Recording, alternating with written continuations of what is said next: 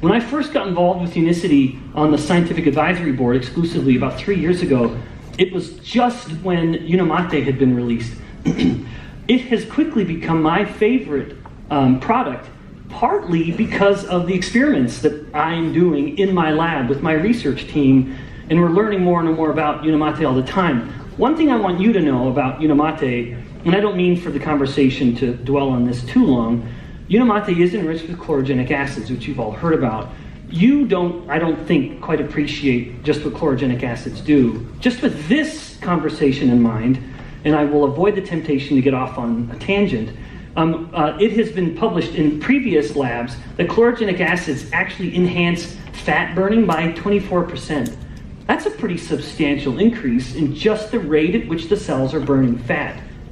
Chlorogenic acids, I can't help myself, I'm going to tell you anyway. They also turn on an enzyme regulator, a protein regulator called PPAR-alpha. PPAR-alpha is like the circuit breaker for all these metabolic genes. When you turn that on, you're turning on a host of other genes that tell the body to start burning fat and to make more mitochondria to enable the body to be more metabolically flexible. So, just with this concept in mind, if you increase fat burning, you increase the production of ketones. And we have seen this in humans when are given Unimate from a fasting level, a relative change over 30 minutes, prolonged up to 2 hours.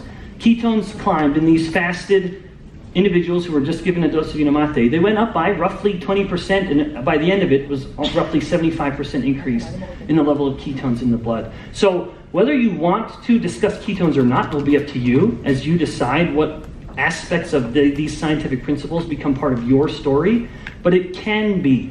You don't need to shy away from them, from discussing ketones. As polarizing a topic as it can be sometimes, it shouldn't be. So nevertheless, the increasing ketones we're seeing here could be a result of the known boost in lipolysis or fat burning that comes from a load of basically a good source of chlorogenic acids. Now, like I said, I have done research on this in my lab, and I just want you to humor me for a second and allow me to show you some research that we did looking at the effects of ketones on muscle. Because, of course, we all want muscle. I am desperately trying to get more muscle all the time. My sisters always say that I'm the petite brother. Yeah, but I also have the best six-pack, so I guess there's a trade-off. Okay, here's our study that we published just last year. It was all these undergraduates that led the work. I only want you to focus on a couple aspects here. And indeed, I'm putting the interpretation there because you're not in a position to really appreciate what I'm showing you just based on the data alone.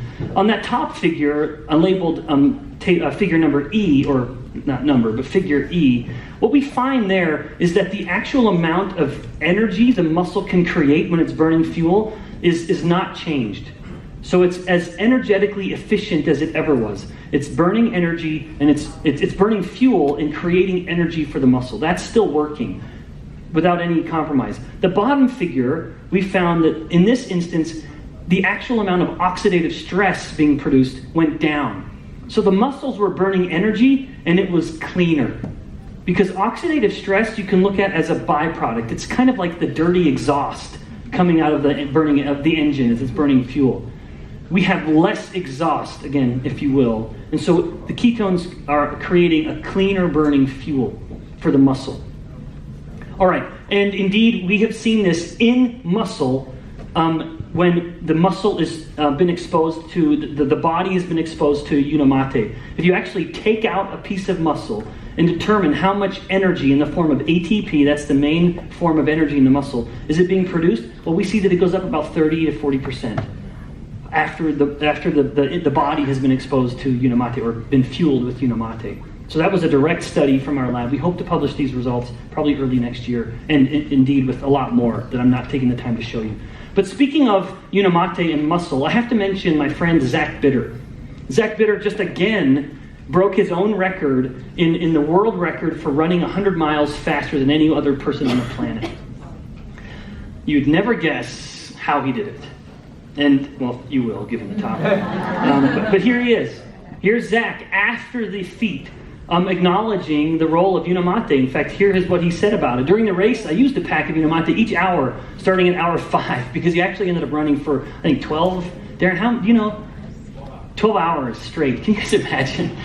12 hours. So he started at hour 5. And in his words, it just gives him energy without going overboard. It's an energy that he feels like he can control. And that's certainly something I've felt as well. But I don't want to sound too much like I'm a salesman. I am not.